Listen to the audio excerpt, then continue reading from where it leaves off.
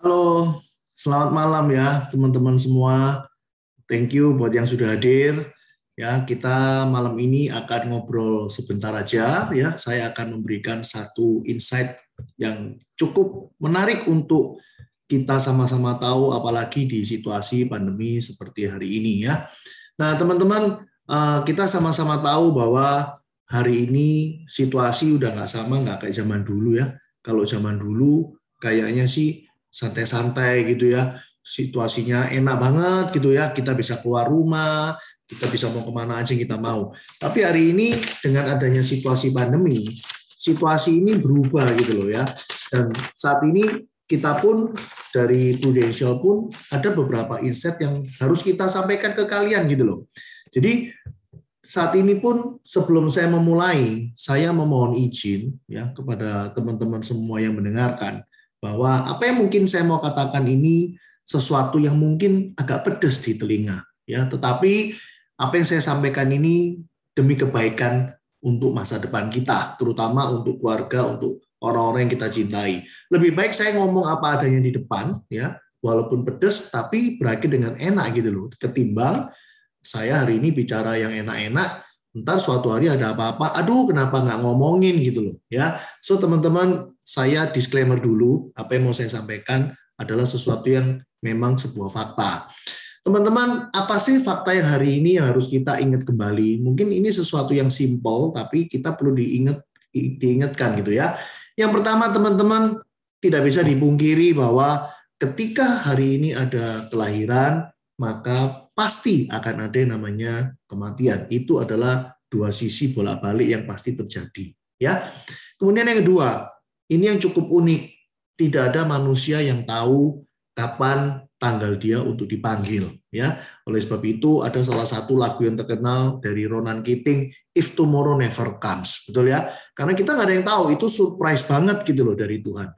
Nah, kemudian yang ketiga, ini yang paling nggak enak teman-teman, bahwa karena ada pandemi, rasio angka kematian di 2 tahun terakhir ini sangat tinggi, teman-teman. Ya, bahkan di Indonesia ini boleh dikatakan, waduh, kita negara yang, wah, benar-benar kacau lah. Ya, saya tadi pagi pun jam 1, salah satu tim kita, ya, agency director kita, ada yang meninggal dunia juga, ya, karena kena COVID juga. Ini adalah satu fakta yang kita harus terima gitu loh saat ini seperti ini. Kemudian teman-teman, good news-nya adalah kita sebagai manusia diciptakan punya kemampuan untuk melakukan antisipasi. Saya yakin kalian semua termasuk saya udah banyak-banyak minum vitamin. Bahkan vitamin yang dulu-dulunya nggak pernah kita minum, hari ini kita wah rajin banget ya. Apa itu? Vitamin D3, betul ya. Bahkan ada salah satu nasabah saya yang untung banget ya, waktu itu telepon-telepon dengan saya diajari gitu loh, cara minum vitamin D3 itu yang benar seperti apa. Kita mungkin juga prepare obat ya, bahkan sampai hari ini masih pro kontra ivermectin lah, kita juga tabung oksigen lah, waduh beli masker aja sampai berdos-dos. Itu semua adalah bentuk antisipasi, benar nggak teman-teman? Nah, teman-teman, kita harus tahu bahwa insurance itu sebenarnya berasal dari kata dasar insure, yang artinya adalah memastikan. Sekali lagi, insurance yang selama ini kita taunya asuransi, itu sebenarnya berasal dari kata dasar memastikan. Nah, apa yang dipastikan? Yang dipastikan adalah situasi finansial yang ideal untuk orang-orang yang kita cintai. Ada kita, nggak ada kita, mereka tetap baik, bahkan lebih baik setiap tahunnya. Itulah sebenarnya tujuan dari insurance, teman-teman. Ya, nah apa sih keuntungan dari life insurance? Mungkin selama ini kita tahunya, saya udah punya asuransi hospital sesuai tagihan, gak usah bingung, masuk rumah sakit udah dibayar semua. Yes, it's true, itu benar banget teman-teman. Kita harus punya itu. Ya, itu langkah perdana yang harus kita punya dalam asuransi. Pastikan hospital Anda sudah cover on bill semua. Tetapi hari ini, saya nggak bicara lagi tentang hospital on bill. Kenapa? Karena saya yakin kita sudah punya. Nah, hari ini saya akan memberikan satu insight yang luar biasa. Apa sih sebenarnya kegunaan dari life insurance, teman-teman? Yang pertama adalah investasi aset. Anda begitu dengar investasi, Anda pasti senang. Orang begitu punya duit lebih, nomor satu langsung ngomong mau invest apa ya? Bener nggak? Teman-teman, kenapa saya mengatakan life insurance atau polis asuransi jiwa itu merupakan sebuah aset investasi? Kenapa? Karena yang pertama teman-teman, harga perolehannya sangat murah.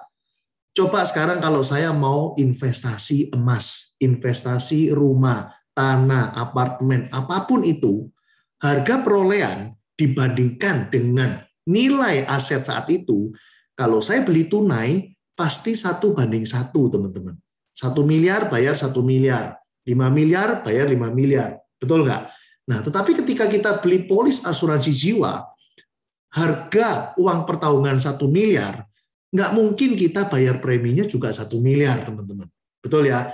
Dan apa sih sebenarnya arti dari investasi? Investasi itu artinya hari ini kita beli, nanti suatu hari, nggak tahu tahun keberapa, pokoknya yang namanya investasi itu membutuhkan waktu untuk bisa berkembang.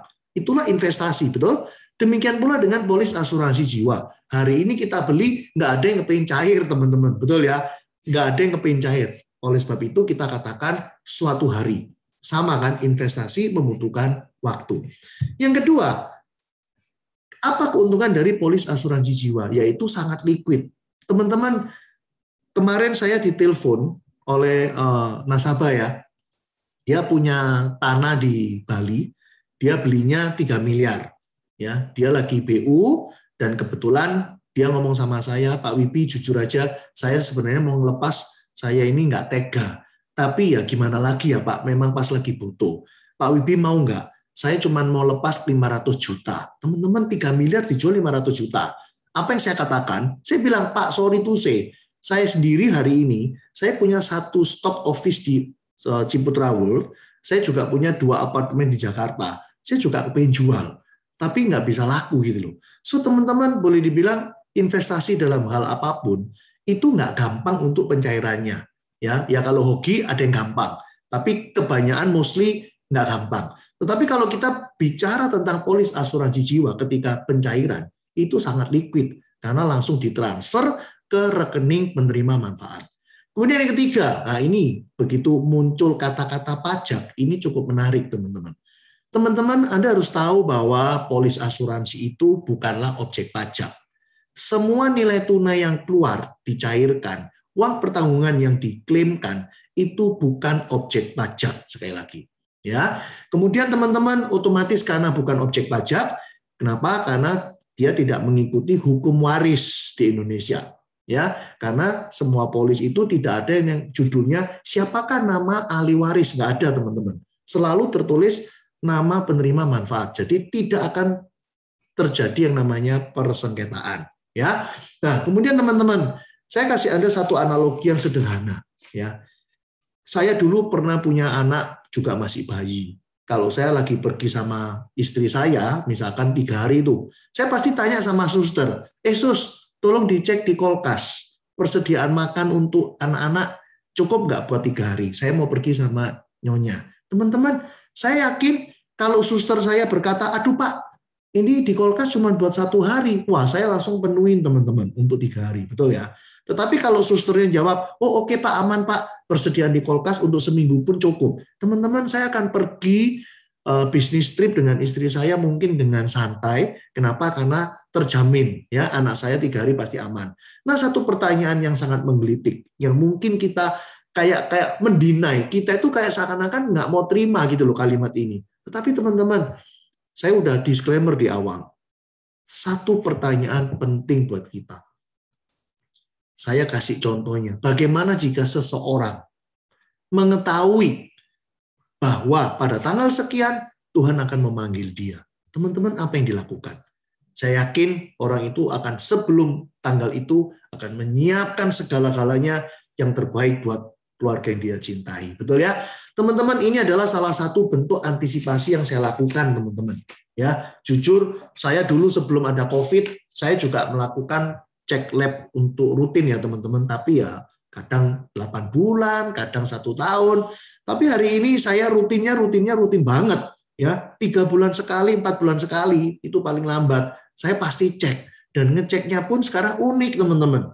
Dulu saya nggak pernah cek loh. berapa kadar vitamin D yang ada di dalam tubuh saya. Waduh, sekarang saya kepengen tahu. Ya, dulu pertama kali habis konsumsi cek, aduh, kok cuma 25? Ya, ternyata benar tuh. Ya, teman saya yang dulu ngasih tahu, Wibi, kamu kalau makan segitu, kamu sama saja buang-buang duit. Beneran, saya waktu cek 25 poin. Akhirnya saya rubah cara minumnya. Nah, kemarin saya cek 45, teman-teman. Ya. Jadi ini adalah bentuk antisipasi yang berbeda gara-gara ada pandemi. Nah, pertanyaannya adalah, antisipasi ini saya lakukan untuk apa? Apakah karena saya mencintai badan saya? Tidak cuma itu aja. Tetapi karena saya mencintai keluarga saya. Saya mencintai orang-orang yang menurut saya mereka butuh saya gitu loh. Saya masih dibutuhkan oleh mereka, betul? Nah, pertanyaannya adalah, mungkin hari ini Anda nggak pernah melakukan check up polis. Tapi teman-teman, percayalah karena ada pandemi, kita harus merubah. Ada kebiasaan yang dirubah. Kalau dulu saya check up kontrol aja bisa setahun sekali, sekarang saya 3 bulan sekali kan, bener nggak? Nah sekarang sama, dulu kita mungkin nggak pernah cek polis-polis kita, hari ini kita mesti cek polis berapa sih value dari life cover kita. Teman-teman, bagaimana cara untuk melakukan check up life cover yang ideal?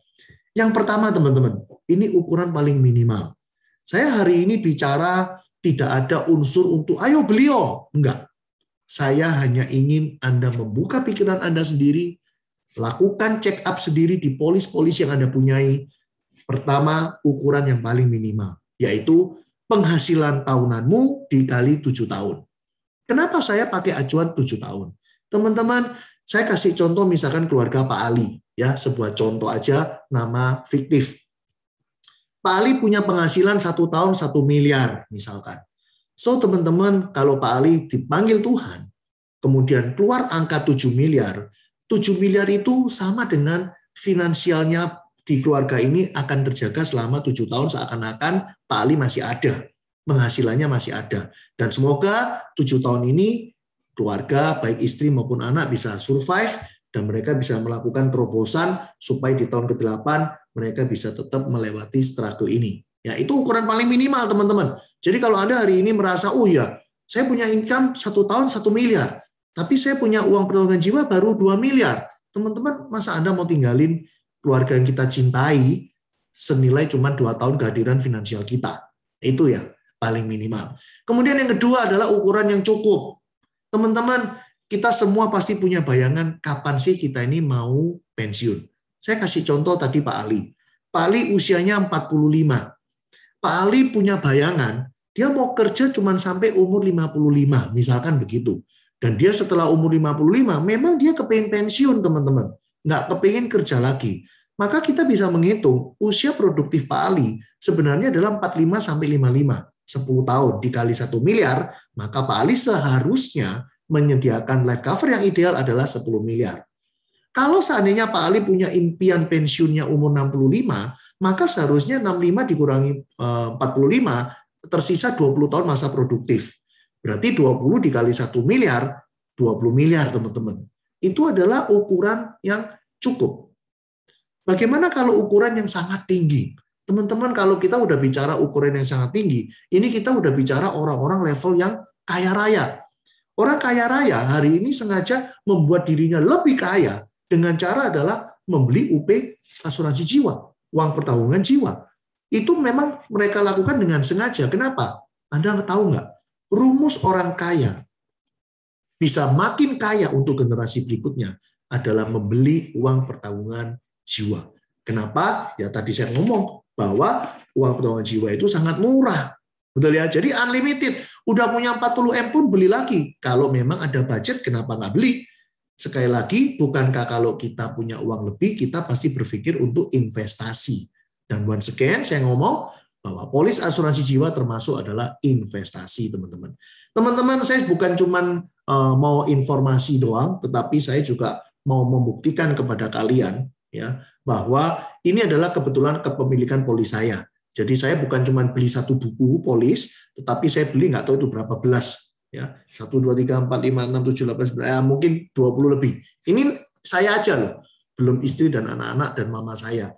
Ya, itu nomor polis yang paling kiri, kemudian yang jiwa itu adalah jiwa dasarnya. Ya, jadi kalau kita beli asuransi kan ada uang pertanggungan dasar. Nah, itu beberapa polis saya sengaja belinya yang UP terminim 20 juta.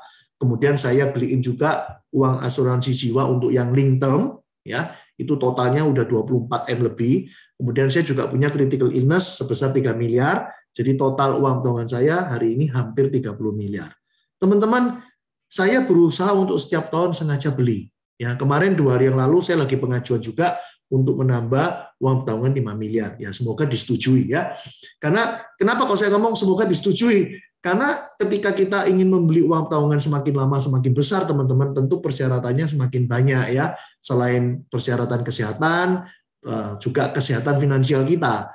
Ya, dan yang paling penting lagi ya persyaratan-persyaratan dokumentasi itu harus ada gitu ya. Makin besar minta bukti aset dan lain-lain, teman-teman. Kenapa? Karena yaitu tadi ini investasi. Nggak sembarangan orang bisa masuk, teman-teman. Nah, teman-teman, hari ini saya akan memperkenalkan satu program terbaru dari Prudential, ya, sebuah produk tradisional, bukan unit link, bernama Purwarisan. Ya, fitur dari Purwarisan cukup keren banget bagi saya, simple, tapi buat Anda para nasabah pasti menyenangkan. Produk ini cukup bayar 5 tahun atau 10 tahun. Ada pilihan ya, 5 tahun atau 10 tahun, Anda bisa pilih.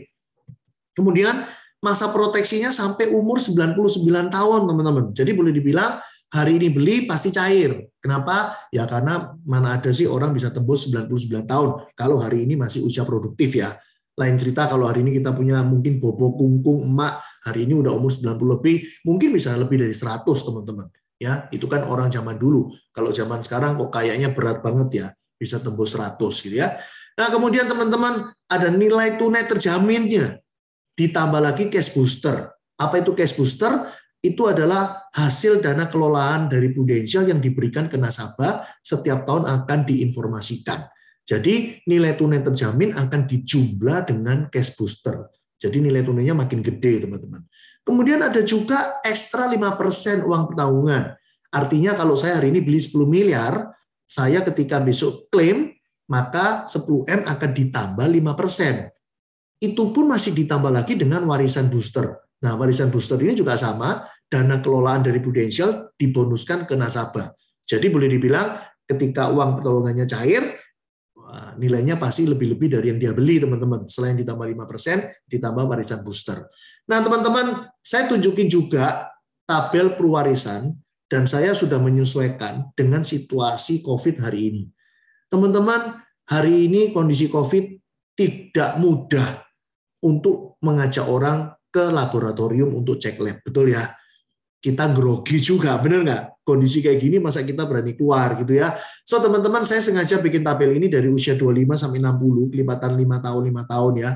Dengan uang pertabungan maksimal yang bisa dibeli tetapi non medical check up. Ya, jadi nggak perlu medical check up. Contoh usia 30 kalau Anda lihat di situ, uang pertabungan yang bisa dibeli untuk non medical itu 2,5 miliar. Anda bisa lihat ini pria ya, kalau cewek pasti lebih murah ya, pria memang lebih mahal. Ya, teman-teman coba Anda lihat aja, ini yang saya ngomong harga perolehannya sangat murah. Usia 30 untuk dapat aset 2,5 miliar, dia cukup bayar 35 juta selama 5 tahun, teman-teman. Itu kalau di jumlah 35 dikali 5, sekitar 105 juta. Anda keluar duit 105 juta, dapat investasinya 2,5 miliar. Coba kita kalau hitung harga perolehannya murah banget nggak sih? 105 dapat 2,5M. Teman-teman kalau ada hari ini dikasih contoh, lu mau nggak ada rumah 2,5 miliar, lu cuma bayar 105 juta. Kita ambil nggak teman-teman? Itu pun lebih gila lagi. Orang itu bilang gini, ntar kalau misalkan tahun ke-20 ke atas, lu tiba-tiba nggak mau rumah ini. Lu mau balikin. Udah, gua nggak mau rumah ini. Gua mau balikin. Teman-teman, ada nilai tunai yang bisa dicairkan dan nilainya itu melebihi dari jumlah uang yang disetorkan. Contoh dalam kasus ini Anda bisa lihat tuh. Setornya 35 kali 5, 105. Betul ya? 105 baliknya 190, teman-teman. Jadi enak banget kan? Kita tengah jalan tiba-tiba nggak mau lanjutin, ya udahlah, rumahnya balikin, artinya polis ditutup, tapi duit lu balik gitu loh. Demikian pula contoh misalkan usia 50. Ya, makin tua pasti makin mahal, teman-teman. Makanya ya mumpung masih muda, lebih muda setahun ya daripada tahun depan, Anda harus ambil keputusan. Usia 50 ya, contoh untuk aset uang pertabungan 1,2 miliar, dia bayarnya 71 juta. Kalau saya kali 5 tahun, berarti dia bayarnya 355, teman-teman. Teman-teman sama aja. Kita hari ini dapat rumah 1,2, cuman bayar 355. Murah nggak, teman-teman? Dan ingat loh ya, mau nggak mau kita mesti jujur, walaupun kita tahu resiko hidup tidak bergantung usia, tetapi mau nggak mau secara general, semakin usia makin senior, tentu resiko makin besar. Itu mau nggak mau kita harus terima, teman-teman.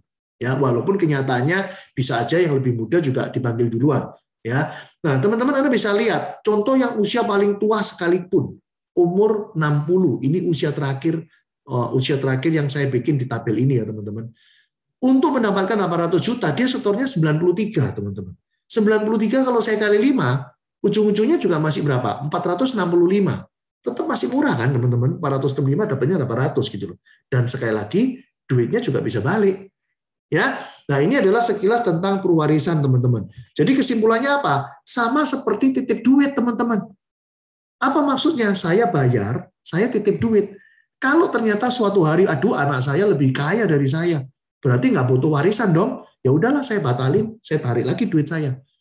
Keren nggak, teman-teman? Jadi kayak orang benar-benar titip duit aja. Ya, dan kalau saya sehat, berarti dananya bisa saya tarik utuh.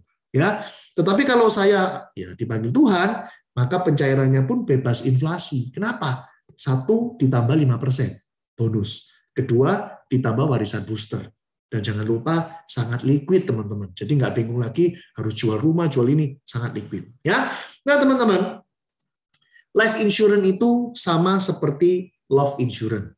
Lebih tepatnya saya mengatakan itu. Kenapa?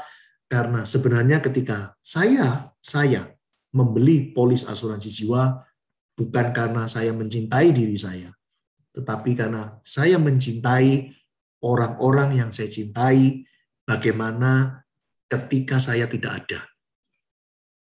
Gambar ini yang sebelah kanan Anda bisa lihat, gambar ini begitu so sweet gitu ya. Nah, bagaimana ketika tiba-tiba jalannya nggak bisa seindah di gambar itu gitu.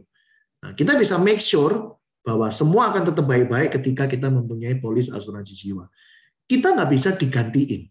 Jiwa kita nggak bisa diasuransikan, tetapi cinta kita yang akan kita asuransikan. Ingat, insurance berasal dari kata insure, artinya memastikan. Sekali lagi, kita mau memastikan bahwa cinta kita tetap abadi buat keluarga kita.